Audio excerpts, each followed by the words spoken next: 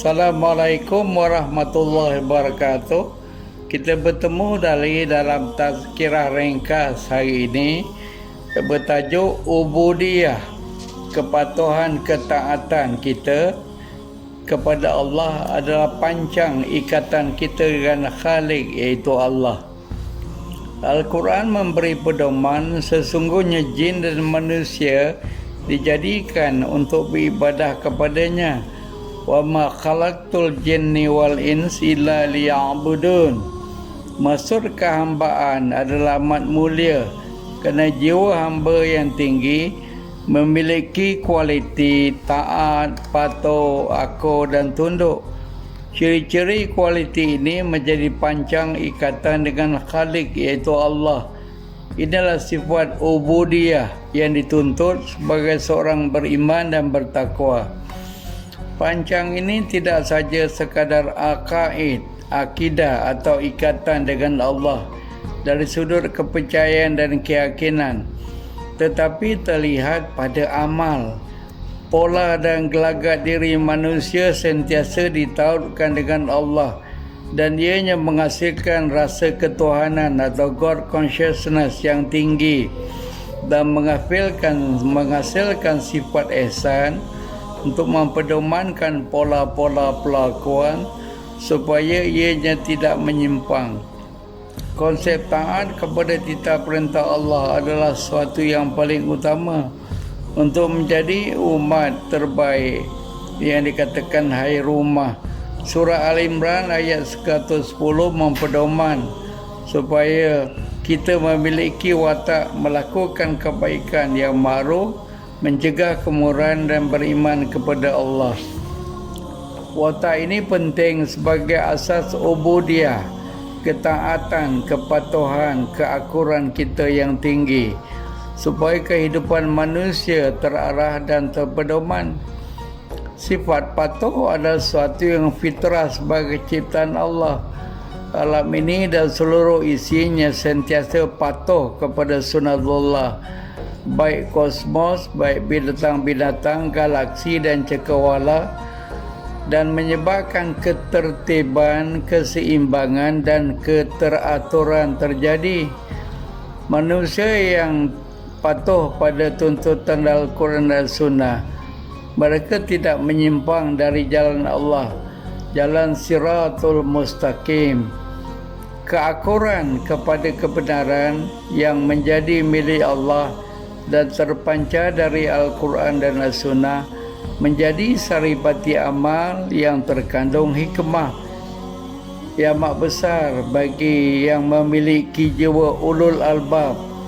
Ulul albab bermakna manusia yang mengetahui, man of understanding.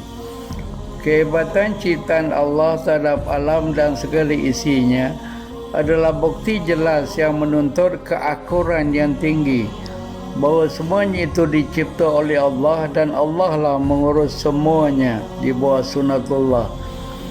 Keingkaran terhadap kebenaran ini menyebabkan manusia kesasaran dan cuba mencari makna kehidupan berasaskan akal yang terbatas dan rasional yang tidak mendalam.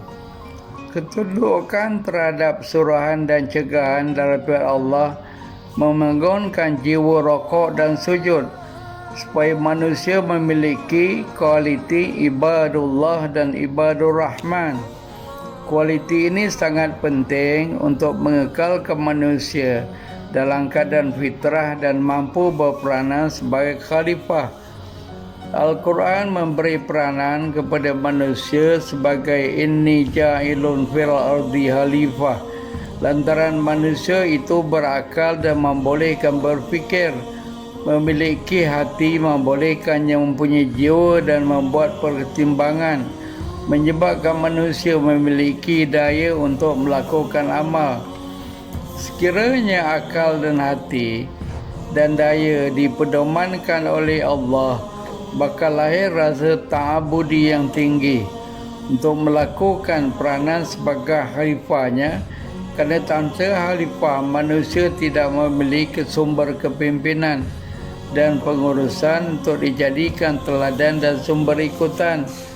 Asas ubudiyah ini apabila dihayati bakal mencerminkan watak soleh dan salihah pada diri untuk melakukan dakwah sebagai amanah, tarbiyah sebagai tanggungjawab, islah dalam berentasi zaman dan tajdid dalam mengisi cabaran.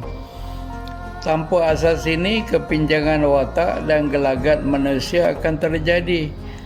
Ikatannya dengan Khalik iaitu Allah akan menjadi longgar. Perlanggaran terhadap yang makruh mudah berlaku dan tekad menegakkan kemungkaran menjadi subur. Asas ubudiyah yang diperkukuh oleh pancang akidah disuburkan dengan amalan ibadah, dipedoman oleh batas syariah, menyebabkan akhlak karimah terjelma. Asas inilah yang seharusnya dimiliki supaya rasa kehambaan terjadi, peranan kekhalifahan berlaku. Manifestasi ubudiyah tidak berlaku dalam hubungan sahala, hubungan menegak hablum minallah dan hubungan merentas hablum minannas terjalin erat sehingga sandaran pada Allah menjadi kuat dan darinya pemikiran pertimbangan diri sentiasa merujuk pada pertimbangan Allah. Ia melahirkan sifat takarrub ilallah atau kehampiran diri kepada Allah dan menyebabkan pertimbangan terhadap Allah menjadi satu-satunya pedoman terpenting sehingga setiap percakapan, pemikiran, perlakuan dilakukan semata-mata kerananya ikhlas. Landasan ini menjadi terlalu penting kepada manusia kerana sebagai hamba dan khalifah, kualiti diri menjadi prasyarat.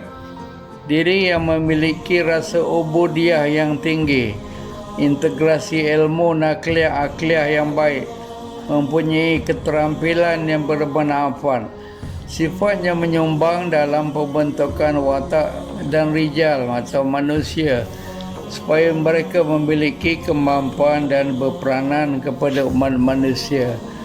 Akhirnya landasan ini kalau dapat disuburkan bagi menghasilkan insan yang memiliki sifat ta'abudi yang tinggi kepada Allah dan mengingati tentang betapa pedihnya balasan Allah jika kezaliman dilakukan. Assalamualaikum warahmatullahi wabarakatuh. Jumpa lagi.